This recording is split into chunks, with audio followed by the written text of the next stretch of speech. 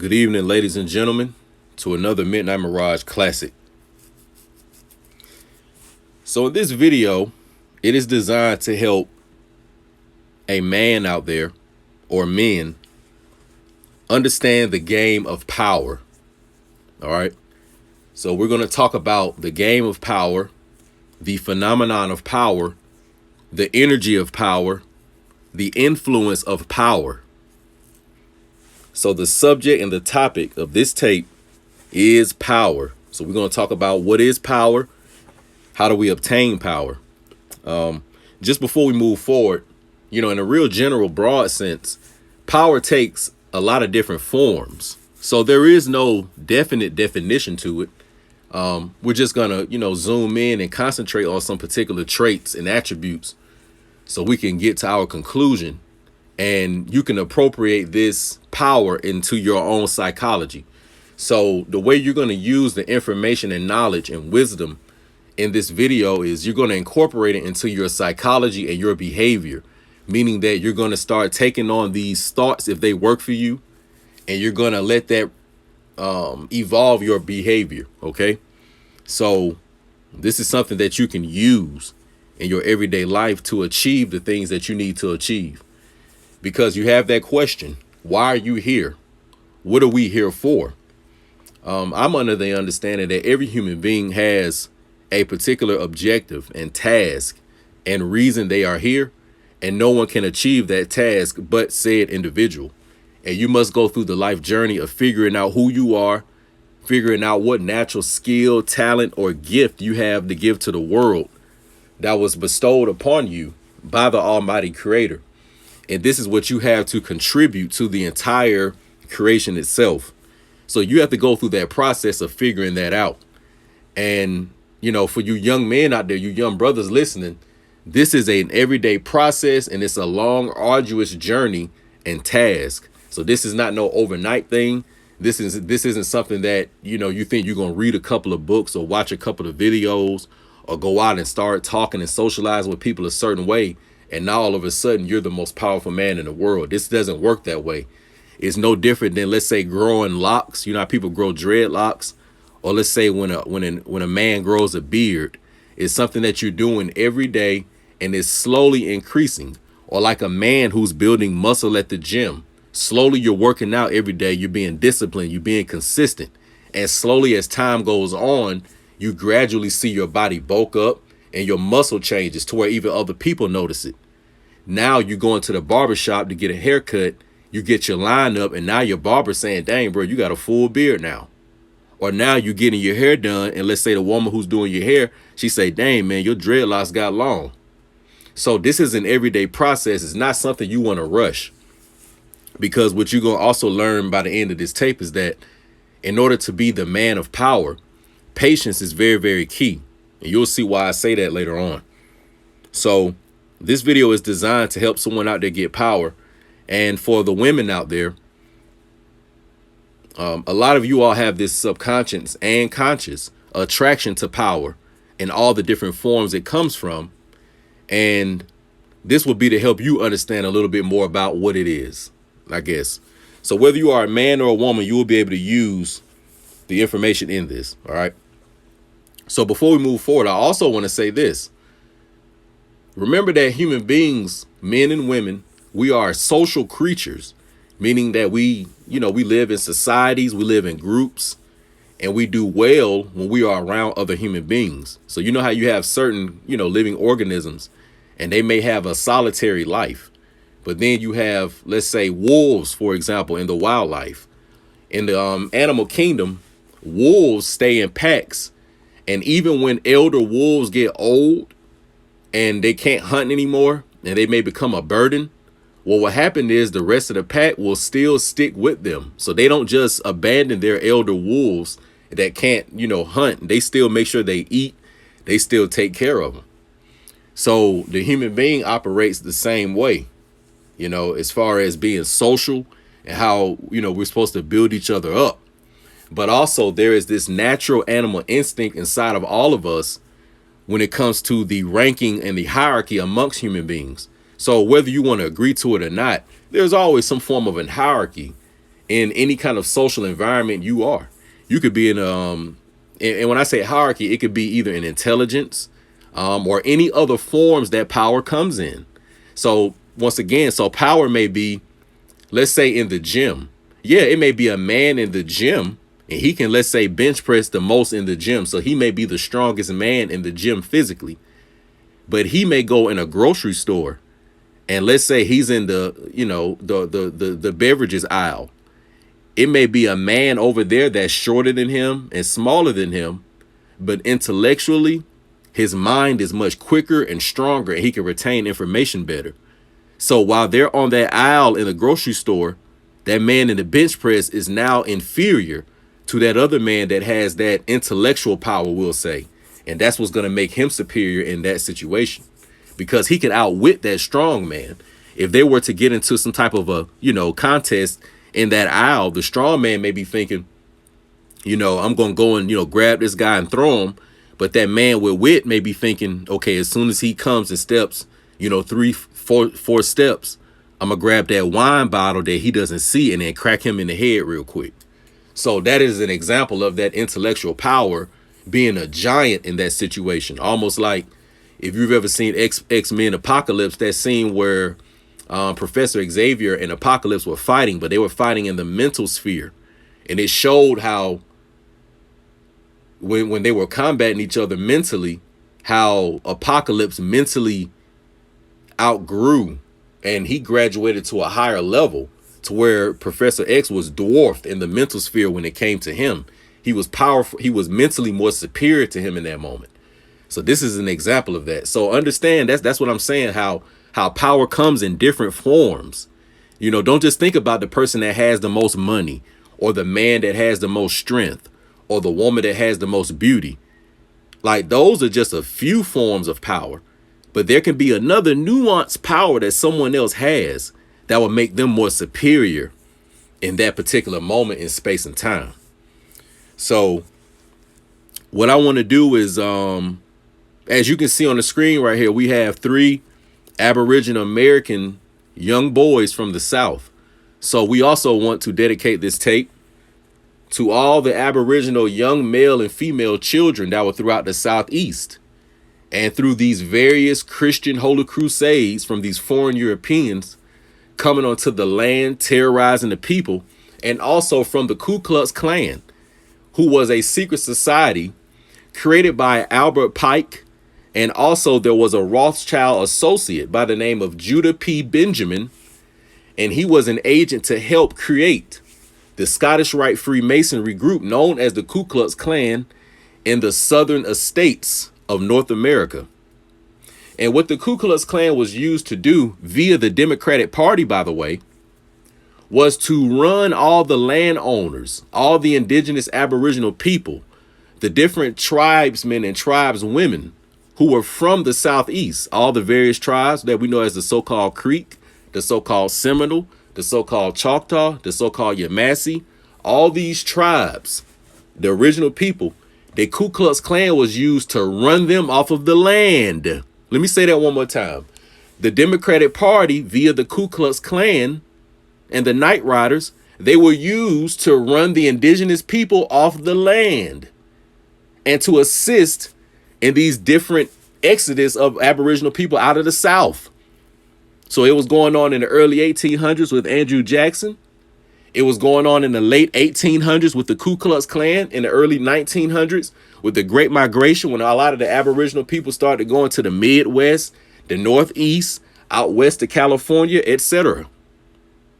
So all these different mass exodus of indigenous, copper-colored, bronze-colored, original Americans leaving the Southeast, they still, a lot of them still have family members there.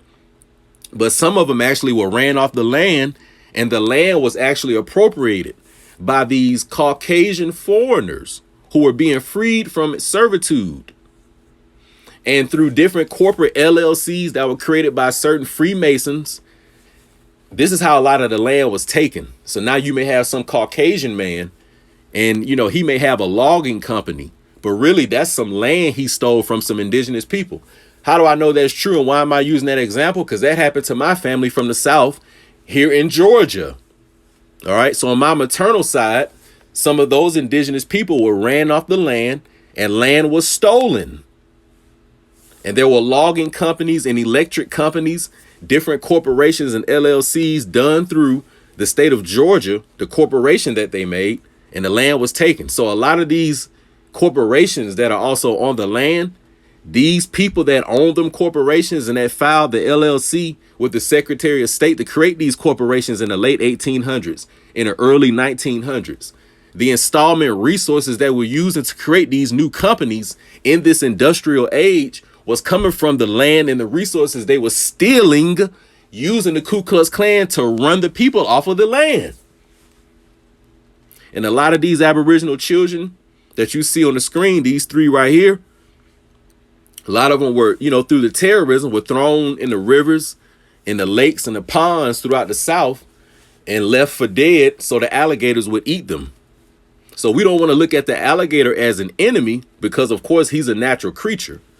But we want to look at this as the Aboriginal man merging with the alligator, becoming the alligator, taking on the traits of the alligator.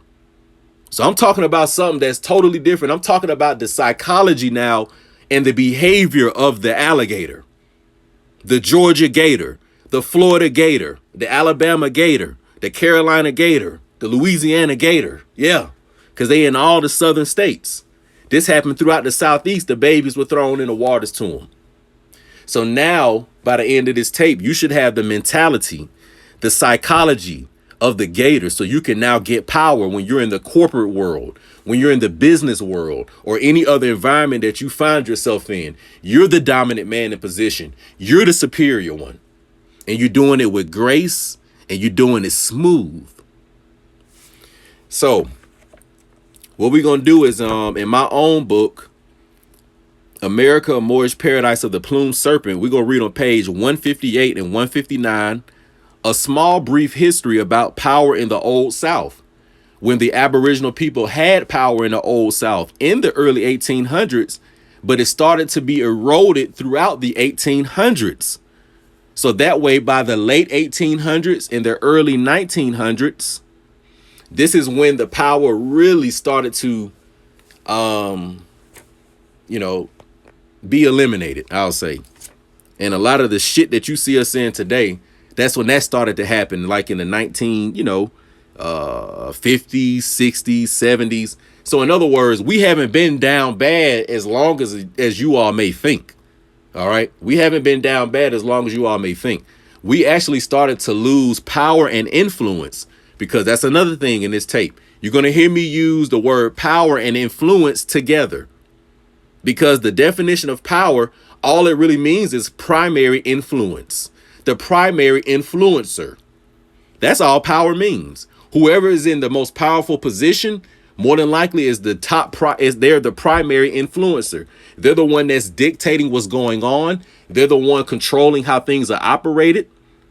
They're the one controlling the ideals and the principles and the thoughts of the people around them, etc., etc., etc. So that's really all power is. And as far as our American original people, yeah, our power started to slowly disappear in the early 1800s to the mid 1800s to the late 1800s to the early 1900s to the mid 1950s, like then now about the 1950s, 1960s. Now stuff really starting to go to waste. All right, so understand that. All right, let's read this real quick.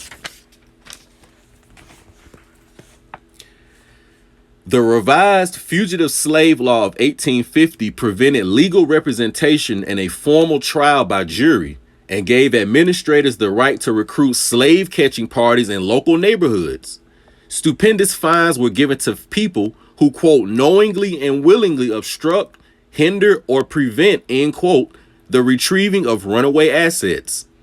Under the amendments of the American Republic, quote, due process of law, end quote, and quote, the right to a speedy and public trial by an impartial jury, end quote, are granted to all citizens, but the Fugitive Slave Law of 1850 eroded all individual liberties. After 1850, legal kidnappings of whites and let me reread that. After 1850, legal kidnappings of whites and denationalization of Moors increased dramatically, fattening the gold deposits of Southern Satanists. So let me reread that part. After 1850, legal kidnappings of whites, meaning W-I-G-H-T-S, not W-H-I-T-E-S, but W-I-G-H-T-S. After 1850, legal kidnappings of whites and denationalization of Moors increased dramatically, fattening the gold deposits of Southern Satanists.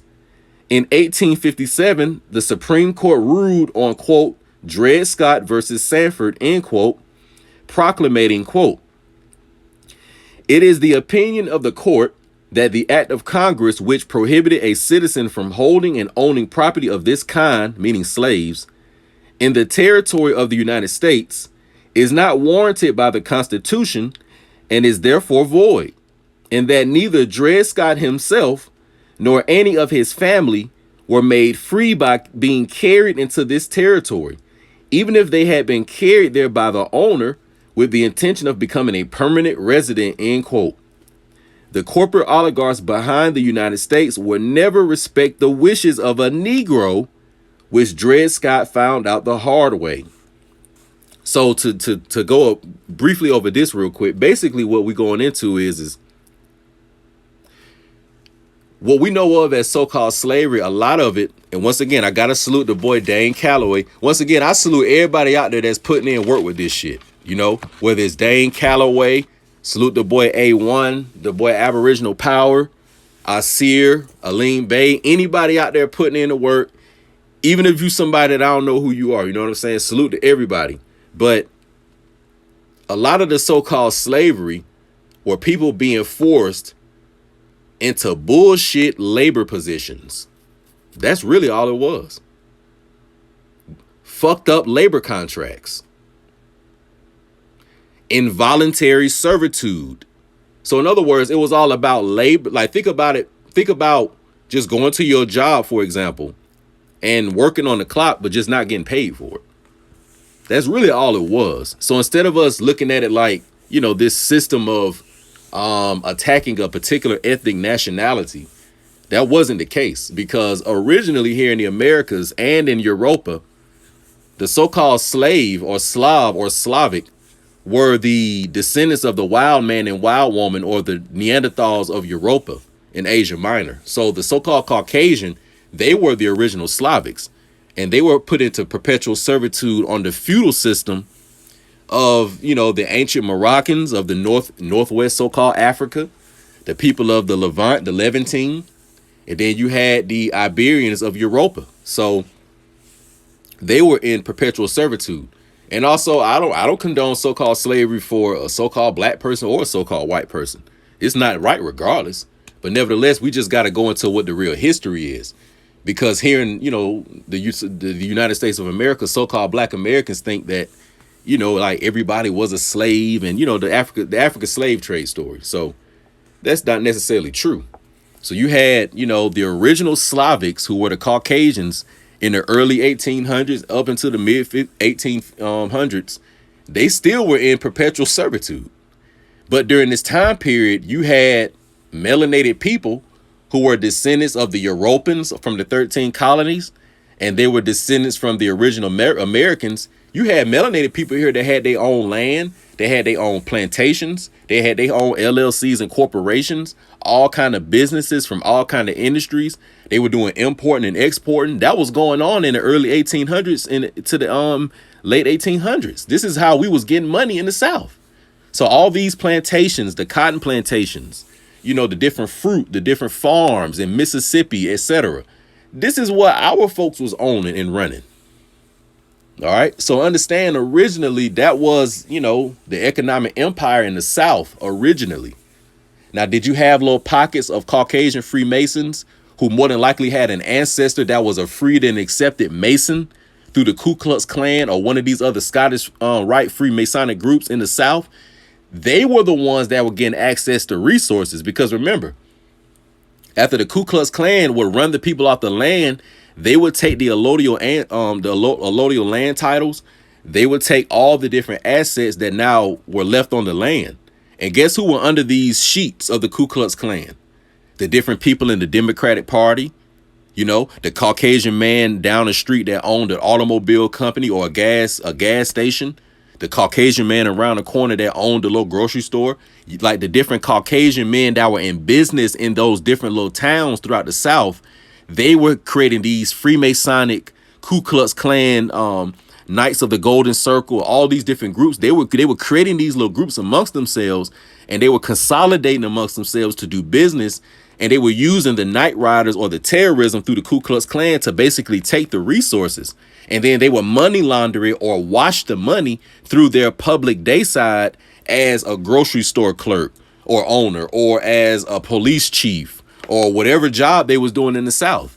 But basically, these people were the Ku Klux Klan, and it was all business. It was all for money and economics. And a lot of the Aboriginal people they were attacking, the Americans, these were the ones that was running shit. Okay, so these are the babies you seeing that they throwing in the waters to the alligators. Trust me, these aren't just some random babies. These are probably the babies of some, you know, emperor, empress of Alabama, of the Alabama's tribe in 1840 or something like that.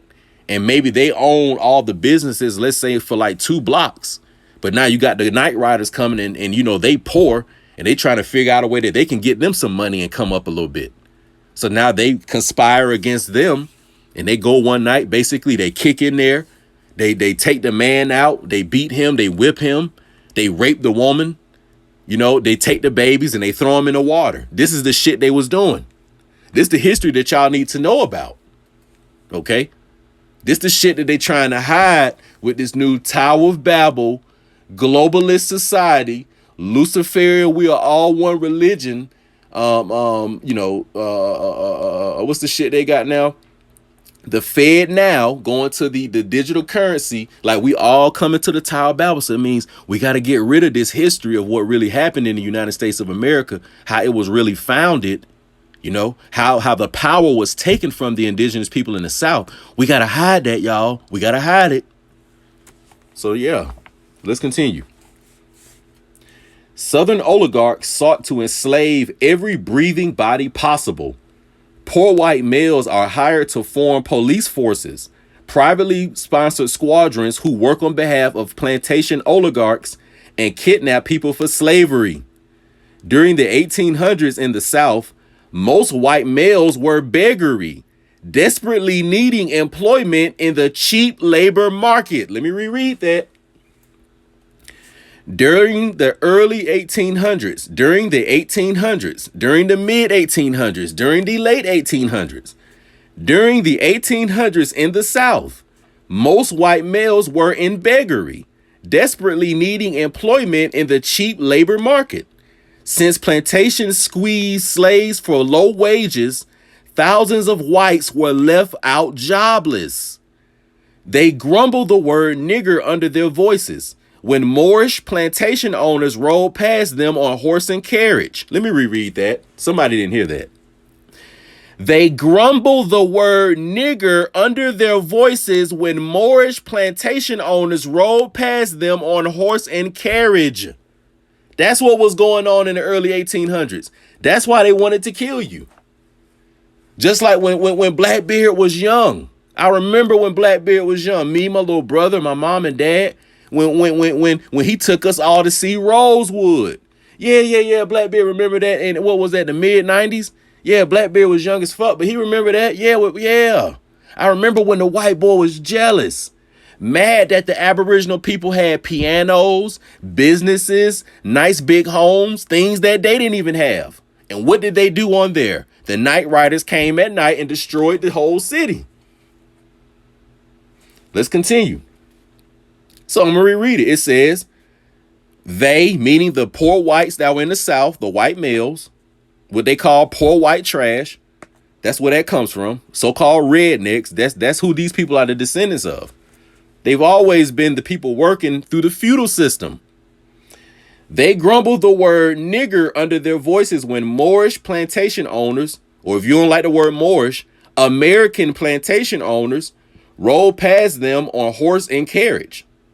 Stealing the possessions of a wealthy Moor or a wealthy American and selling them into slavery was a wet dream for all poor white policemen. The Fugitive Slave Law of 1850 made all states part of the national dimensions of slavery. So let me reread this. It says, during the 1800s in the South, most white males were in beggary, desperately needing employment in the cheap labor market. Since plantations squeezed slaves for low wages, thousands of white males were left out jobless. They grumbled the word nigger under their voices. When American plantation owners, when Yamasee plantation owners, when Cherokee plantation owners, when Hitchiti plantation owners, when Seminole plantation owners, they grumbled the word nigger under their voices when American plantation owners rolled past them on horse and carriage, stealing the possessions of a wealthy American and selling them into slavery was a wet dream for all poor white policemen. So that's what you had. You had copper-colored Americans. They would hire these poor white boys and they would, have them go capture, people and put them into servitude. That's also what was going on. So you had Aboriginal people employing white boys as policemen and sending them out to basically denationalize people and put them in servitude. So these would be like your dirty, y'all ever heard that term like a dirty Moor? Well, that's what your so-called dirty Moor was.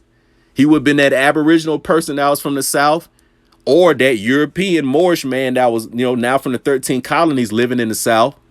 And what he was doing, maybe he was a Freemason. And he was employing these poor white Christians. And he would send them out to basically denationalize other indigenous American people, or to go and kidnap other poor whites and to put them into work on his plantation or on his rice farm or whatever type of industry he may have been in. So this is what was going on.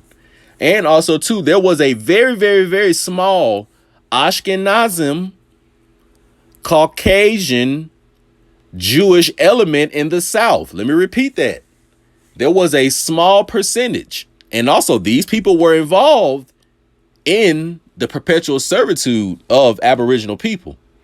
But yes, you do have an Ashkenazim element that was throughout the South, and they were involved in this too, because they also were part of the Knights of the Golden Circle and the Ku Klux Klan. Remember, Albert Pike was a Freemason. Judah P. Benjamin was a Freemason. Judah P. Benjamin was one of the associates of Rothschild. Okay? So that's a name that they don't really talk about much. They always talk about Albert Pike, but they don't talk about Judah P. Benjamin, the Caucasian Ashkenazim Jewish man that was with him, helping him create the propaganda, helping him create finances and resources to fund the Ku Klux Klan. All right. So now what we're going to do is I want to talk about power. But as I said before, human beings are social creatures. And every time, you're going to have people in some type of environment. It could even be different ethnic national groups.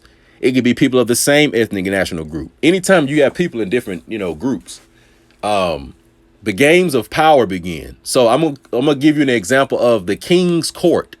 So let's take the court of King George, or the court of Montezuma, or the court of any, Charles V, any Aboriginal man that you want to name, any copper-colored man that was ruling as an emperor that you want to name. Let's take his court.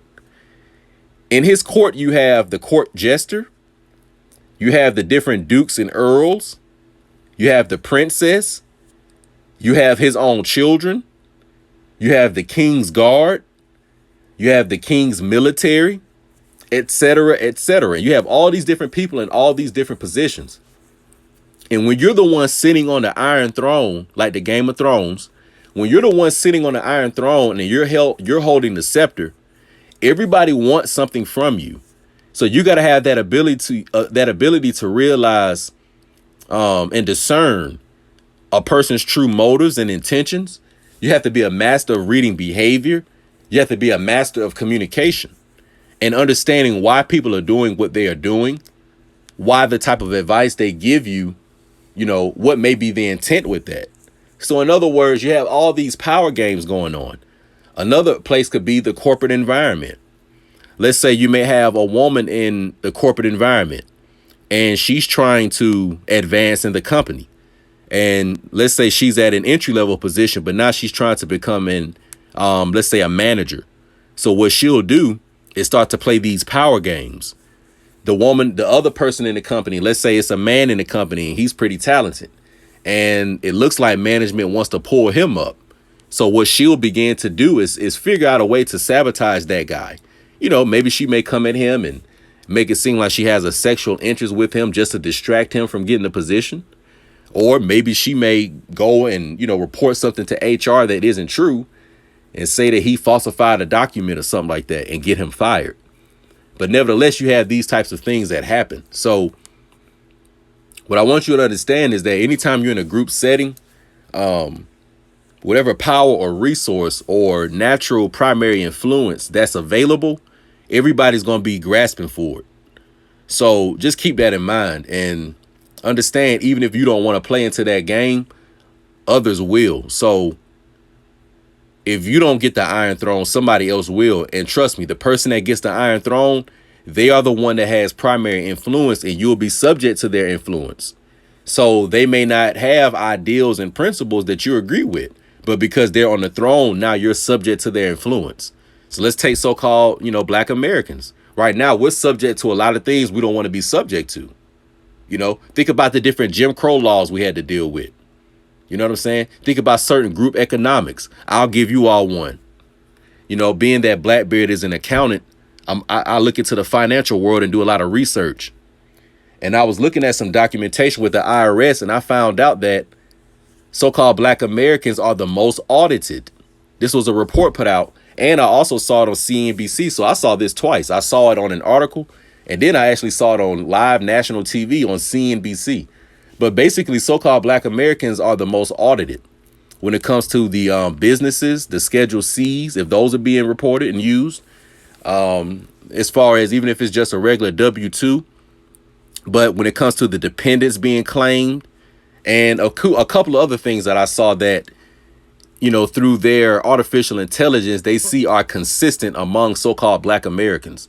So just even that, And do we really think that those are the reasons why they want to look into our financial documents more? No. This stuff all stems back to, once again, the early 1800s and the transfer of titles and losing the titles of nobility. And then us being, made subject to a foreign LLC that we helped create. The United States of America is basically a foreign LLC, limited liability company that was created by the men on the 13 colonies that we helped financed, backed and provided resources and helped them create. So how now are you subject to the LLC you helped create? But that's where we are right now because we're not in the primary influence. Okay, so that's what I mean by power is primary influence. Any position where you have the primary influence, that's the one who has the power, really. Okay. So now next is, how do you obtain power? How do you obtain the primary influential position? All right. Whether it be financial, romantic and love, dominance, etc. Planning, preparation, patience, perfect timing. These are the 4 P's of how you obtain power. Planning, preparation, patience, perfect timing. I'm going to repeat one more time. How do you obtain power? By the 4 P's. Planning, preparation, patience, perfect timing. Okay? So by following that sequential process, you will begin to obtain power. And they're all important. But remember earlier when I told you about patience? See, patience is important because this is a key attribute of the alligator.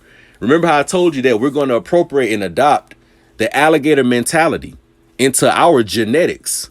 We're going to adopt it into our behavior because we're going to be the alligator now, the gator baby, to get power and to Reinstitute whatever it is you brothers want to reinstitute for your own personal lives. Can you save all so-called black people? Probably not. Can you improve your own personal situation? And for those that you care and love that are around you and that you have some type of influence over? Yes, you can.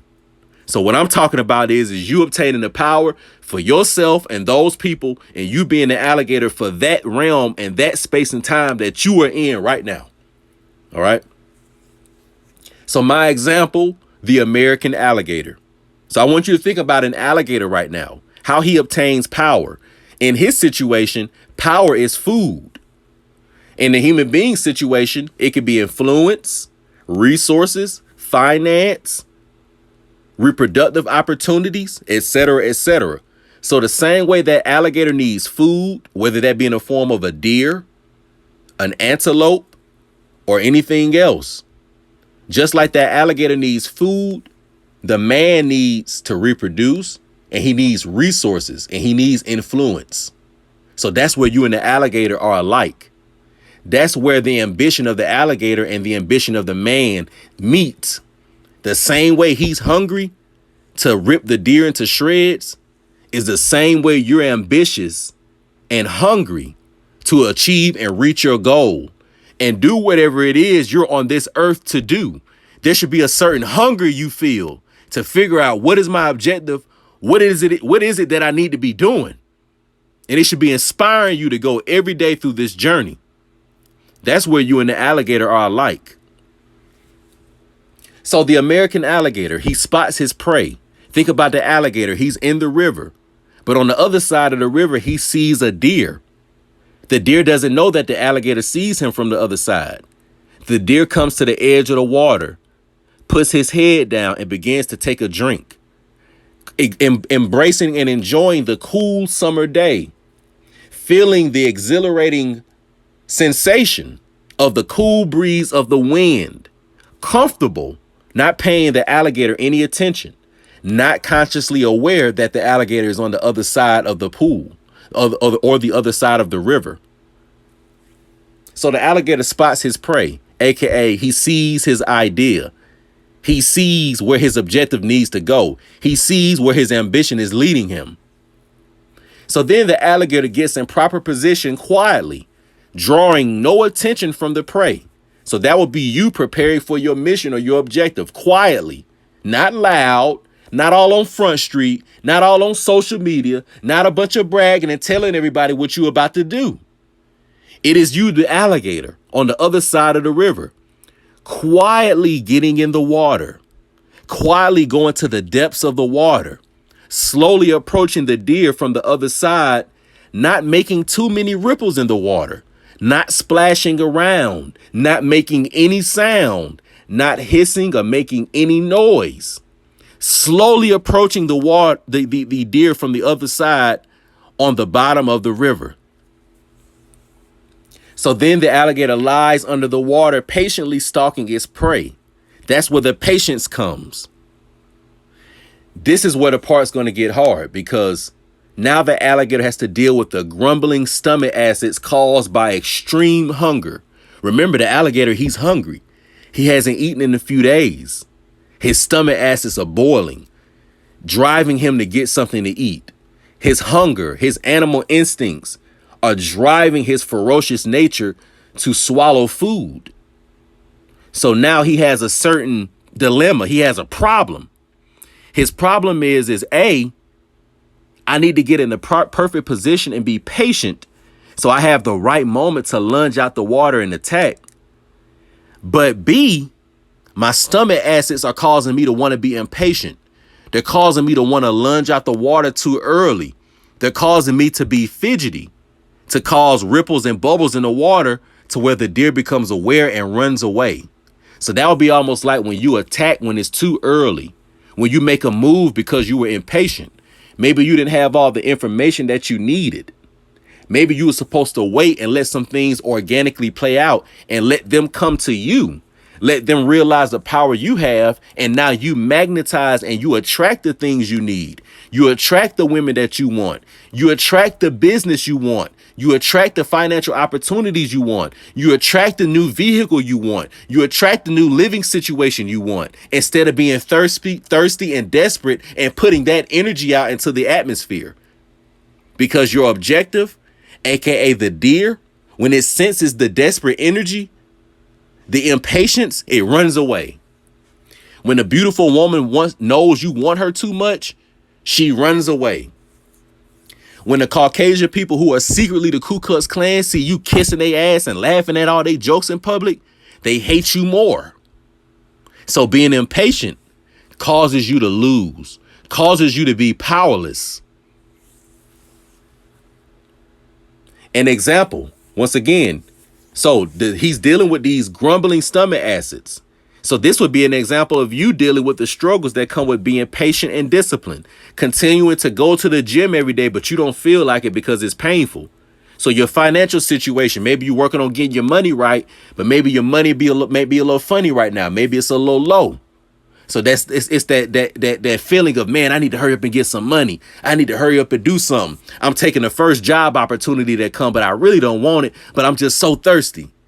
I'm taking the first business opportunity, but I really don't need to be in business with this person, but I just got to hurry up and get some money. That's like that alligator who got a boiling stomach because he's hungry and he jumps out the water, but the deer runs away. So you have to master the art of timing. Execute at the right moment. Let the perfect opportunity come to you. Lunge out of the depths of the water patient.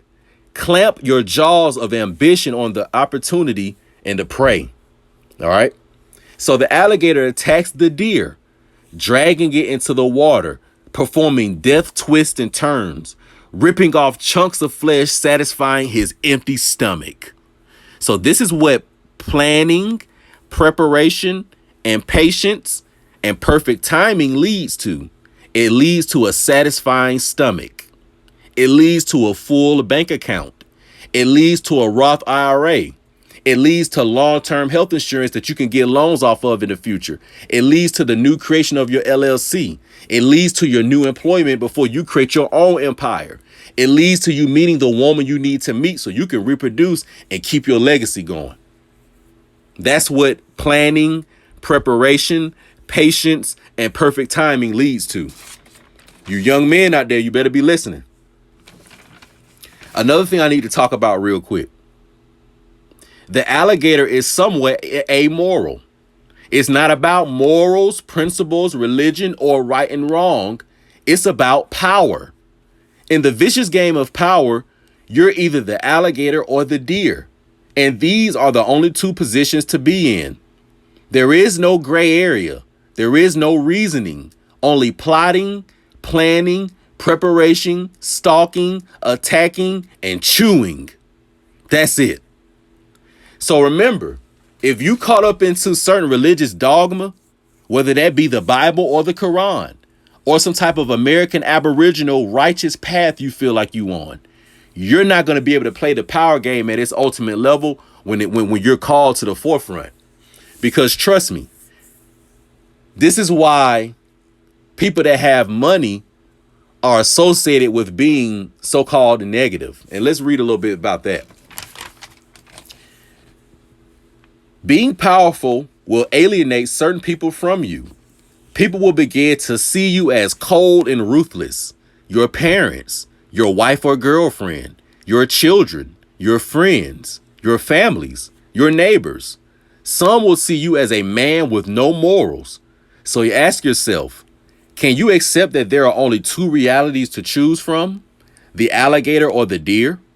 Do you want to be a man with power or an alligator with a full stomach who is hated by some, or a powerless man or a hungry, skinny alligator who is smiled upon and socially accepted? Will you be the alligator or the deer? Religion or religious dogma provide a block to the mind, keeping the alligator hungry and deprived, not meeting his life purpose. And before I end it, I want to talk about this certain ferociousness you're going to need to pull out of your reptilian brain stem. So what this is just like you would see the ancient Inca or the ancient Peruvian, the ancient Amaru Maru, how we were the serpent kings, and you would see us associate with the serpent or the dragon or the alligator, or in other words, this powerful typhonic predator that was a reptile. What that is an esoteric spiritual symbol of you using the reptilian brainstem, your reptilian animal instincts, your animal instinct energy, all right, your aggression, using that power and converting it into the higher self for a higher means or a higher reason.